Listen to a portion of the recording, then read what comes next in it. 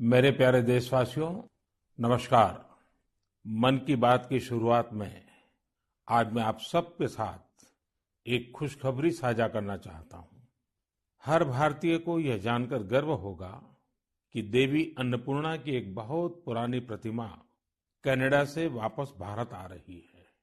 यह प्रतिमा लगभग 100 साल पहले 1913 के करीब वाराणसी के एक मंदिर से चुराकर देश से बाहर भेज दी गई थी।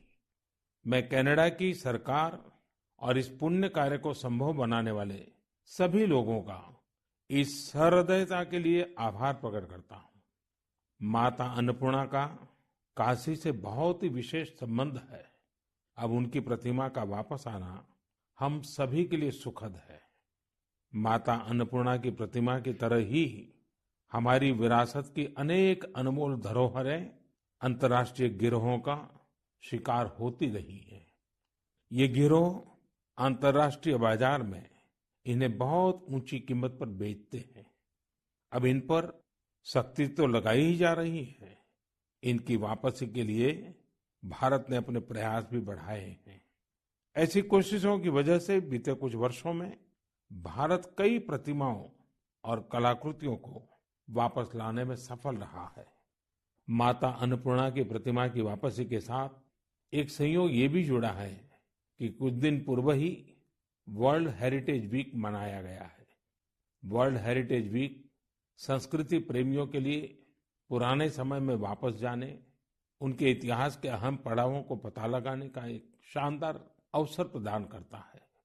कोरोना कालखंड के बावजूद भी इस बार हमने इनोवेटिव तरीके से लोगों को ये हेरिटेज वीक मनाते देखा। क्राइसिस में कल्चर बड़े काम आता है। इससे निपटने में अहम भूमिका निभाता है। टेक्नोलॉजी के माध्यम से भी कल्चर एक इमोशनल रिचार्ज की तरह काम करता है। आज देश में कई म्यूजियम्स और लाइब्रेरीज अपने कलेक्शन को पूरी तरह से डिजिटल बनाने पर काम कर रहे हैं। दिल्ली में हमारे राष्ट्रीय संग्रहालय ने इस संबंध में कुछ सराहनीय प्रयास किए हैं। राष्ट्रीय संग्रहालय द्वारा करीब 10 वर्चुअल गैलरीज इंट्रोड्यूस करने की दिशा में काम चल रहा है ना मजेदार? अब आप घर बैठे दिल्ली के नेशनल म्यूजियम गैलरीज का टूर कर पाएंगे, जहां एक और सांस्कृतिक धरोहरों को टेक्नोलॉजी के माध्यम से अधिक लोगों तक पहुंचाना अहम है। वहीं इन धरोहरों के संरक्षण के लिए टेक्नोलॉजी का उपयोग भी महत्वपूर्ण है। हाल ही में एक इंटरेस्टिंग प्रोजेक्ट के बारे में पढ़ रहा था। नॉर्वे के उत्तर में स्वालबार्ड नाम का एक द्वीप है। इस द्वीप में एक प्रोजेक्ट आर्कटिक वर्ल्ड आर्काइव बनाया गया है। इस आर्काइव में बहुमूल्य हेरिटेज डेटा को इस तरह से रखा गया है कि किसी भी प्रकार के प्राकृतिक या मानव निर्मित आपदाओं से प्रभावित न हो सके। अभी हाल ही में यह भी जानकारी आई है कि अजंता गुफाओं की धरोहर को भी डिजिटाइज करके इस प्रोजेक्ट में संजोया जा रहा है। इसमें अजंता गुफाओं की पूरी झलक देखने को मिलेगी। इसमें डिजिटलाइज और रिस्टोर्ड पेंटिंग के साथ साथ इससे संबंधित दस्तावेज और कोट्स भी शामिल होंगे। साथियों, महामारी ने एक और जहां हमारे काम करने के तौर तरीकों को बदला है, तो दूसरी ओर प्रकृति को नए ढंग से अनुभव करने का भी अवसर दिया है। प्रकृति को देखने के हमारे नजरिए में भी बदलाव आया है। अब हम सर्दियों के मौसम में कदम रख रहे हैं। हमें प्रकृति के अलग अलग रंग देखने को मिलेंगे। पिछले कुछ दिनों से इंटरनेट चेरी ब्लॉसम की वायरल तस्वीरों से भरा हुआ है। आप सोच रहे होंगे, जब मैं चेरी ब्लॉसम की बात कर रहा हूं तो जापान की इस प्रसिद्ध पहचान की बात कर रहा हूं, लेकिन ऐसा नहीं है। ये जापान की तस्वीरें नहीं है, ये अपने मेघालय के शिलांग की तस्वीरें हैं। मेघालय की खूबसूरती को इन चेरी ब्लॉसम्स ने और बढ़ा दिया है। साथियों, इस महीने 12 नवंबर से डॉक्टर सलीम अली जी का 125वां जयंती समारोह शुरू हुआ है।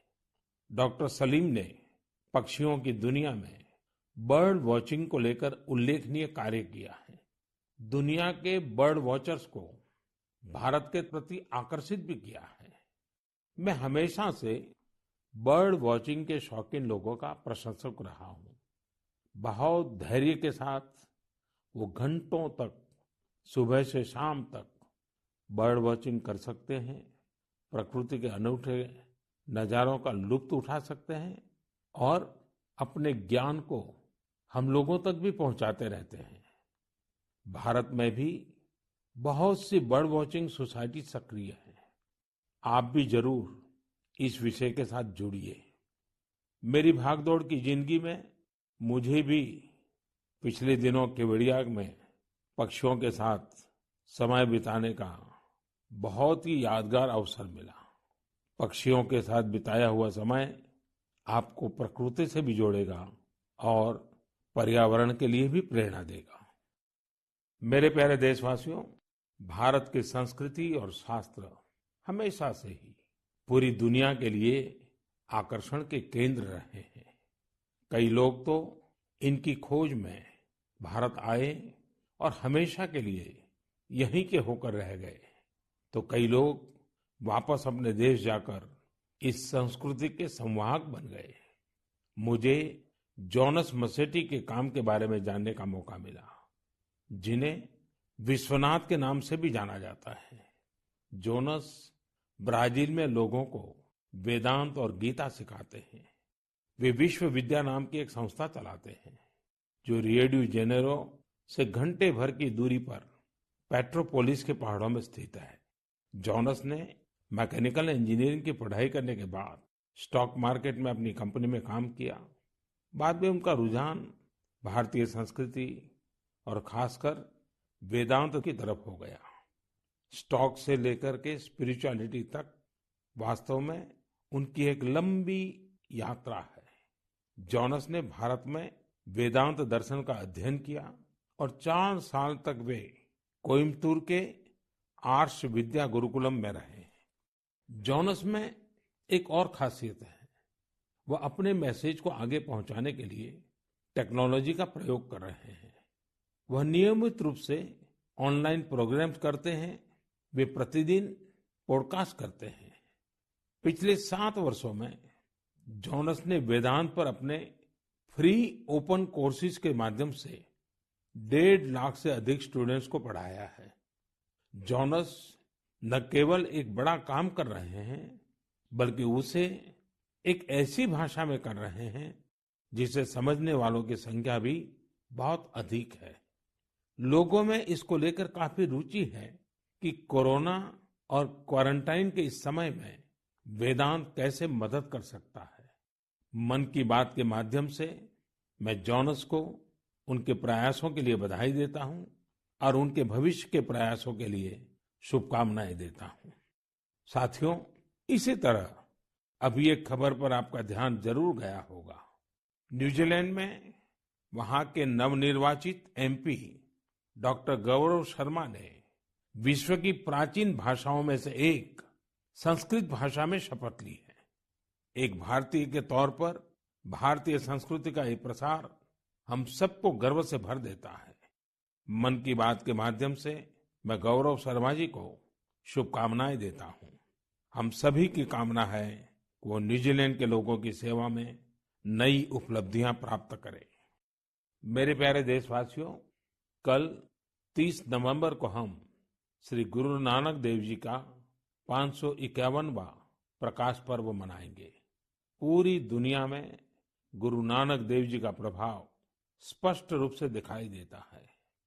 वैंकूवर से वेलिंगटन तक, सिंगापुर से साउथ अफ्रीका तक उनके संदेश हर तरफ सुनाई देते हैं। गुरु ग्रंथ साहिब में कहा गया है, सेवक को सेवा बन आई, यानी सेवक का काम सेवा करना है। बीते कुछ वर्षों में कई अहम पड़ाव आए और एक सेवक के तौर पर हमें बहुत कुछ करने का अवसर मिला।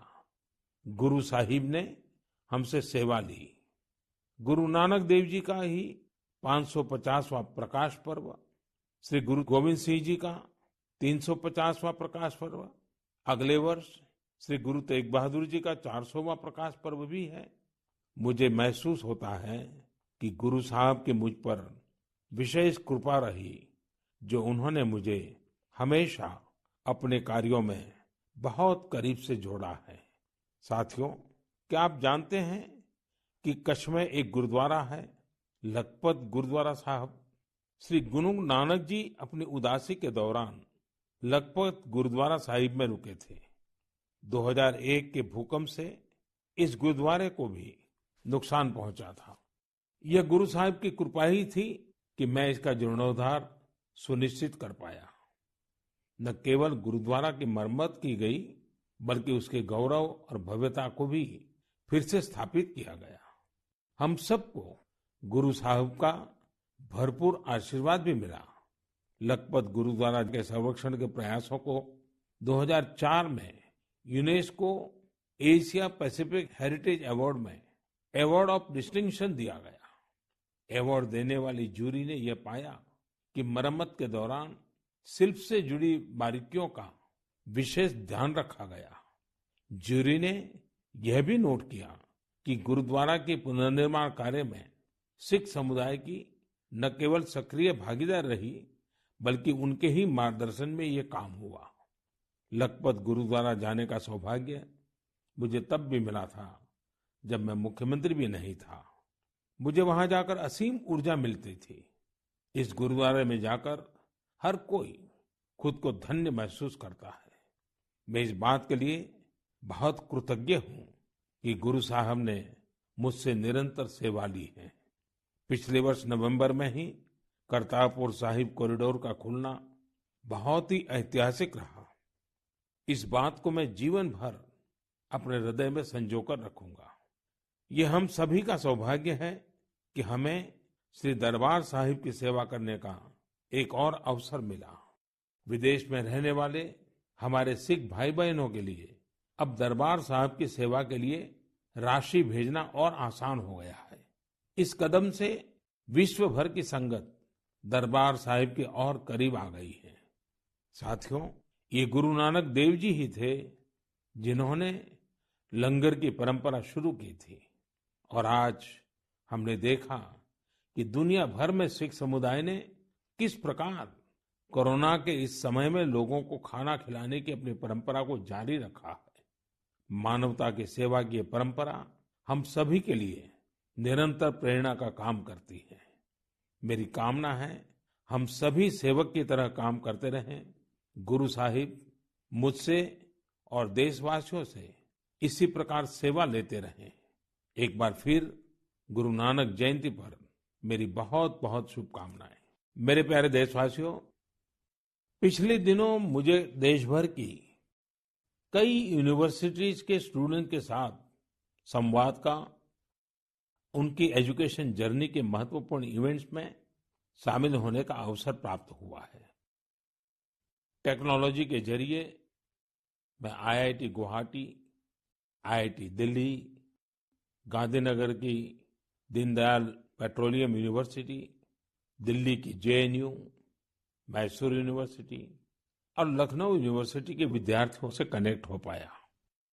देश के युवाओं के बीच होना बेहद तरोताजा करने वाला और ऊर्जा से भरने वाला होता है। विश्वविद्यालय के परिसर तो एक तरह से मिनी इंडिया की तरह होते हैं। एक तरह जहां इन कैंपस में भारत की विविधता के दर्शन होते हैं, वहीं दूसरी तरफ वहां न्यू इंडिया के लिए बड़े बड़े बदलाव का पैशन भी दिखाई देता है। कोरोना से पहले के दिनों में जब मैं रूबरू किसी इंस्टीट्यूशन के इवेंट में जाता था, तो ये आग्रह भी करता था कि आसपास के स्कूलों से गरीब बच्चों को भी उस समारोह में आमंत्रित किया जाए। वो बच्चे उस समारोह में मेरे स्पेशल गेस्ट बनकर आते रहे हैं। एक छोटा सा बच्चा उस भव्य समारोह में किसी युवा को डॉक्टर, इंजीनियर, साइंटिस्ट बनते देखता है, किसी को मेडल लेते हुए देखता है, तो उसमें नए सपने जगते हैं। मैं भी कर सकता हूँ, यह आत्मविश्वास जगता है। संकल्प के लिए प्रेरणा मिलती है। साथियों, इसके अलावा एक और बात जानने में मेरी हमेशा रुचि रहती है कि उस इंस्टीट्यूशन के अलुमनाई कौन है। उस संस्थान के अपने अलुमनाई से रेगुलर एंगेजमेंट की व्यवस्था है क्या? उनका अलुमनाई नेटवर्क कितना जीवंत है? मेरे युवा दोस्तों, आप तब तक ही किसी संस्थान के विद्यार्थी होते हैं जब तक आप वहां पढ़ाई करते हैं, लेकिन वहां के एलुमनाई आप जीवन भर बने रहते हैं। स्कूल कॉलेज से निकलने के बाद दो चीजें कभी खत्म नहीं होती हैं। एक, आपकी शिक्षा का प्रभाव, और दूसरा, आपका अपने स्कूल कॉलेज से लगाव। जब कभी एलुमनाई आपस में बात करते हैं तो स्कूल कॉलेज की उनकी यादों में किताबों और पढ़ाई से ज्यादा कैंपस में बिताया गया समय और दोस्तों के साथ गुजारे गए लम्हे होते हैं। और इन्हीं यादों में से जन्म लेता है एक भाव इंस्टीट्यूशन के लिए कुछ करने का। जहां आपके व्यक्तित्व का विकास हुआ है, वहां के विकास के लिए आप कुछ करें। इससे बड़ी खुशी और क्या हो सकती है? मैंने कुछ ऐसे प्रयासों के बारे में पढ़ा है जहां पूर्व विद्यार्थियों ने अपने पुराने संस्थानों को बढ़ चढ़ करके दिया है। आजकल अलुमनाई इसको लेकर बहुत सक्रिय है।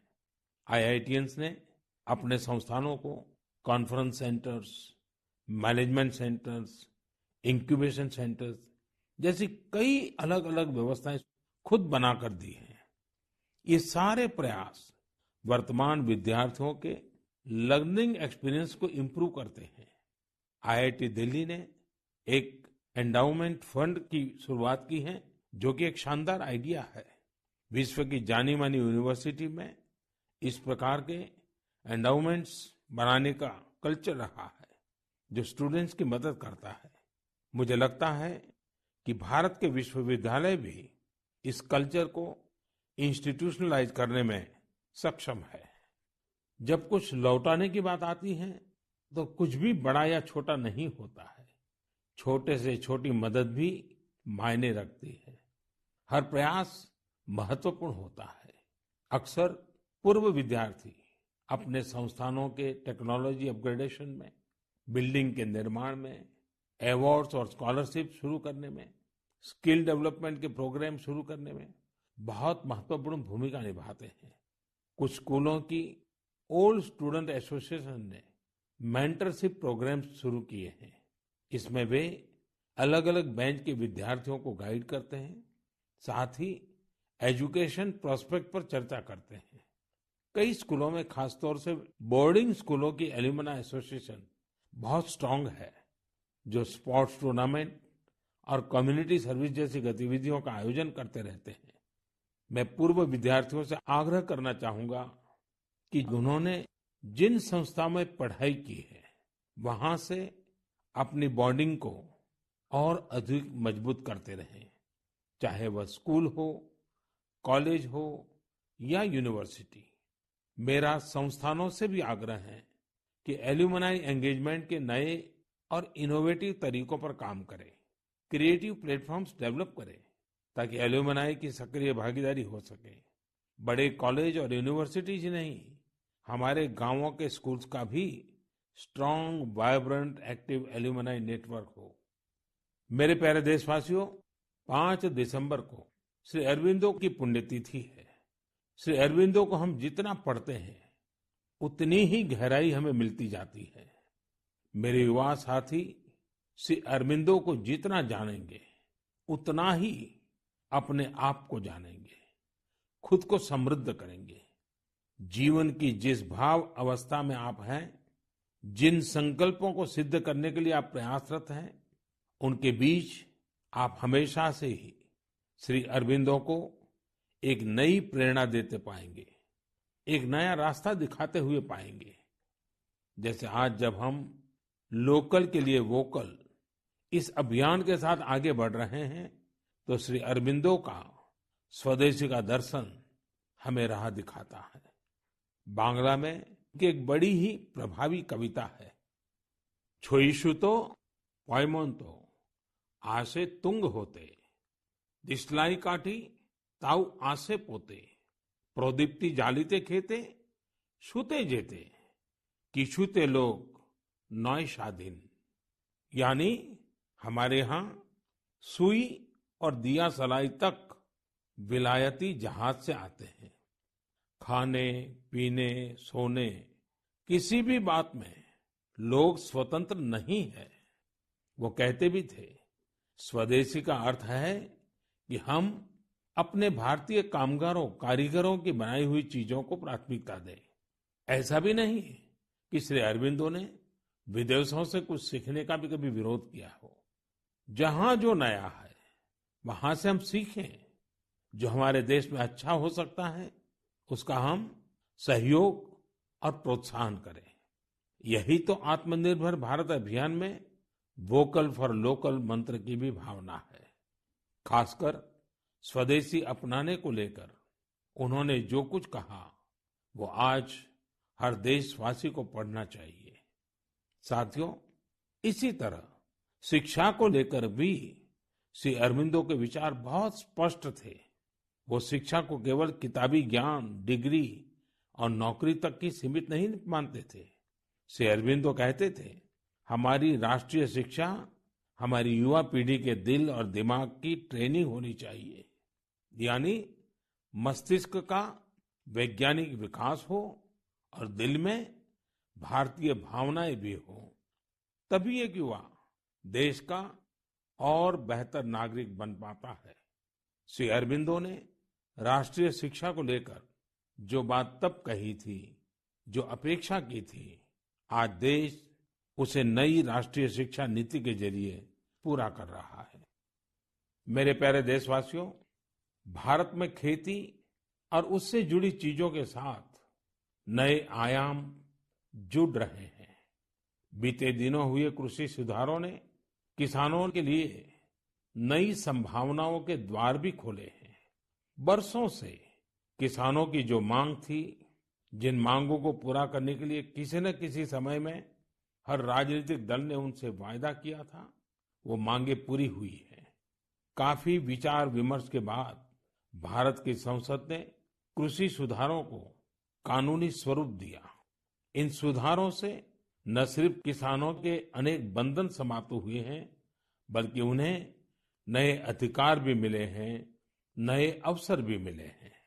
इन अधिकारों ने बहुत ही कम समय में किसानों की परेशानियों को कम करना शुरू कर दिया है। महाराष्ट्र के धुले जिले के किसान जितेंद्र भोईजी ने नए कृषि कानूनों का इस्तेमाल कैसे किया, ये आपको भी जानना चाहिए। जितेंद्र भोईजी ने मक्के की खेती की थी और सही दामों के लिए उसे व्यापारियों को बेचना तय किया।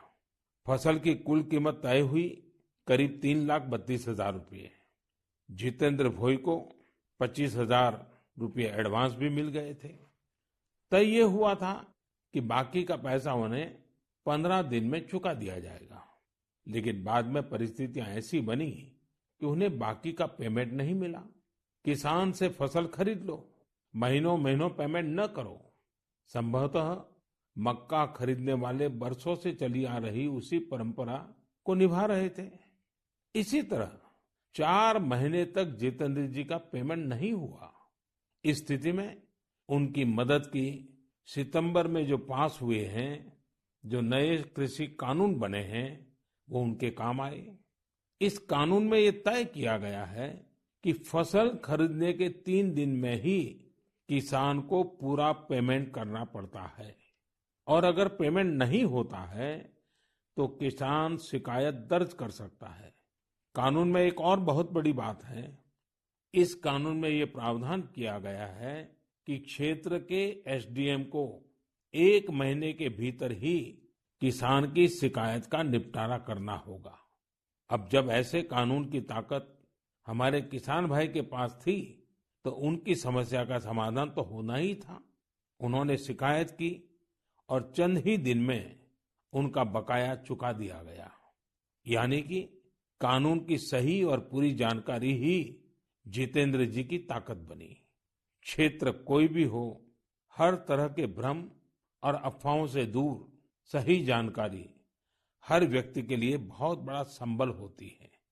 किसानों में जागरूकता बढ़ाने का ऐसा ही एक काम कर रहे हैं राजस्थान के 12 जिले में रहने वाले मोहम्मद असलम जी।